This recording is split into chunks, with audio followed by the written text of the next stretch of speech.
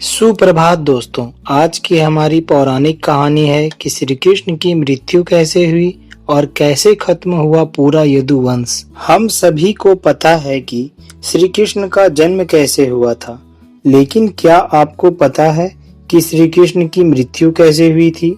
महर्षि वेदव्यास ने महाभारत की कहानी को 18 खंडों में संकलित किया था। कुरुक्षेत्र का युद्ध इस ग्रंथ का सबसे बड़ा भाग है, लेकिन युद्ध के पश्चात भी बहुत कुछ ऐसा रह गया जिसके विषय में जानना बहुत जरूरी है, जिनमें श्री कृष्ण की मृत्यु और द्वारका के नदी में समा जाने की घटना अत्यंत महत्वपूर्ण है। 18 दिन चले महाभारत के युद्ध में रक्तपात के सिवाय कुछ हासिल नहीं हुआ। इस युद्ध में कौरवों के समस्त कुल का नाश हुआ, साथ ही पांचों पांडवों को छोड़कर पांडव कुल के अधिकांश लोग मारे गए।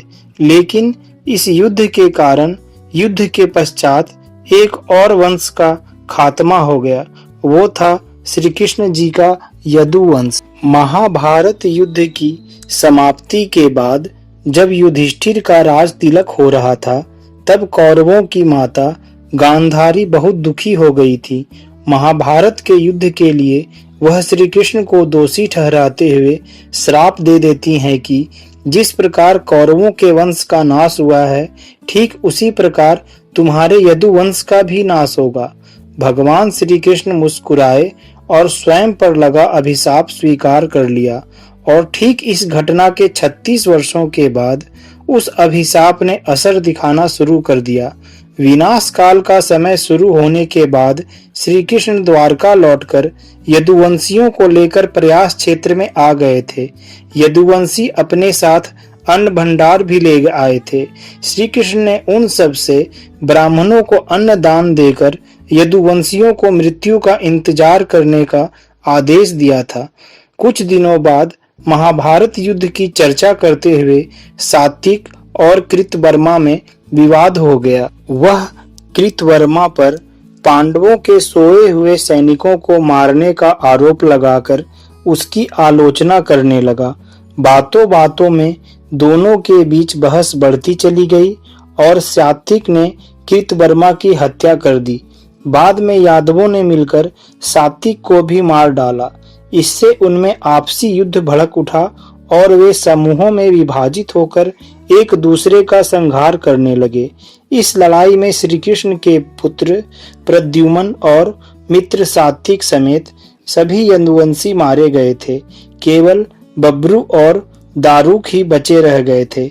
यदुवंश के विनाश के बाद श्री कृष्ण के ज्येष्ठ भाई बलराम समुद्र तट पर बैठ गए और एकाग्रचित होकर वे स्वयं ही परमात्मा में लीन हो गए। इस प्रकार शेषनाग के अवतार बलराम जी ने देह त्याग दिया और स्वधाम लौट गए। बलराम जी के देह त्यागने के बाद जब एक दिन श्री कृष्ण पीपल के नीचे ध्यान की मुद्रा में बैठे हुए थे, उसी समय उस क्षेत्र में एक जरा नाम का बहेलिया आया हुआ था। जरा एक शिकारी था और वह हिरण का शिकार करना चाहता था। जरा को दूर से हिरण के मुख के समान श्री कृष्ण का तलवा दिखाई दिया। बहेलिये ने बिना कोई विचार किए वहीं से एक जहर वाला तीर छोड़ दिया, जो कि श्री कृष्ण के तलवे में जाकर लगा। जब वह पास गया तो उसने देखा कि उसने तो श्री कृष्ण के पैरों में तीर मार दिया है। इसके बाद उसे बहुत पश्चाताप हुआ और वह क्षमा याचना करने लगा। तब श्री कृष्ण ने बहेलिये से कहा कि जरा तू डर मत, तूने मेरे मन का काम किया है। अब तू मेरी आज्ञा से स्वर्गलोक प्राप्त करेगा। कहते हैं कि जिस भील जरा ने तीर मारा था, उसने बहुत व्यथित होकर समुद्र में समाकर अपने प्राण त्याग दिए थे। मान्यता के अनुसार श्री कृष्ण ने अपने पिछले जन्म में जब वे श्री राम थे, बाली को छुपकर तीर मारा था। यही बाली इस युग में जरा बनकर आया और प्रभु ने अपने लिए वैसी ही मृत्यु चुनी जैसी उन्होंने बाली को दी थी।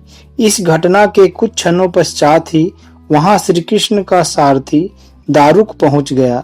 सारथी को देखकर श्री कृष्ण ने कहा कि वह शीघ्र द्वारका जाकर सभी को यह बताए कि पूरा यदुवंश नष्ट हो चुका है और बलराम के साथ कृष्ण भी स्वधाम लौट चुके हैं, अतः सभी लोग अब द्वारका छोड़ दें, क्योंकि यह नगरी अब जलमग्न होने वाली है और मेरे माता पिता और सभी प्रियजन इंद्रप्रस्थ को चले जाएं। यह संदेश लेकर दारुक वहां से चला गया।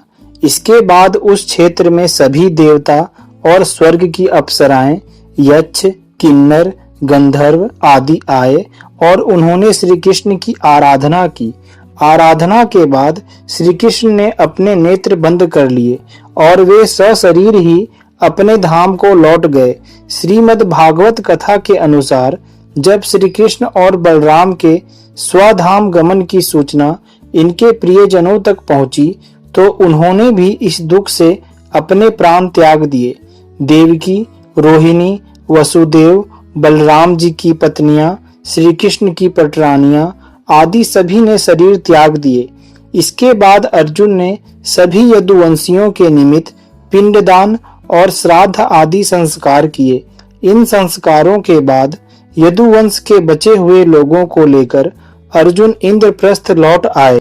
इसके बाद श्री कृष्ण के निवास स्थान को छोड़कर शेष द्वारिका समुद्र में डूब गई। कुछ दिनों के बाद सभी पांडवों ने भी अपना सारा राजपाट पुत्रों के हवाले कर दिया और सभी पांडव हिमालय की ओर यात्रा पर चले गए थे। इसी यात्रा में ही एक एक करके सभी पांडव भी शरीर का त्याग करते गए।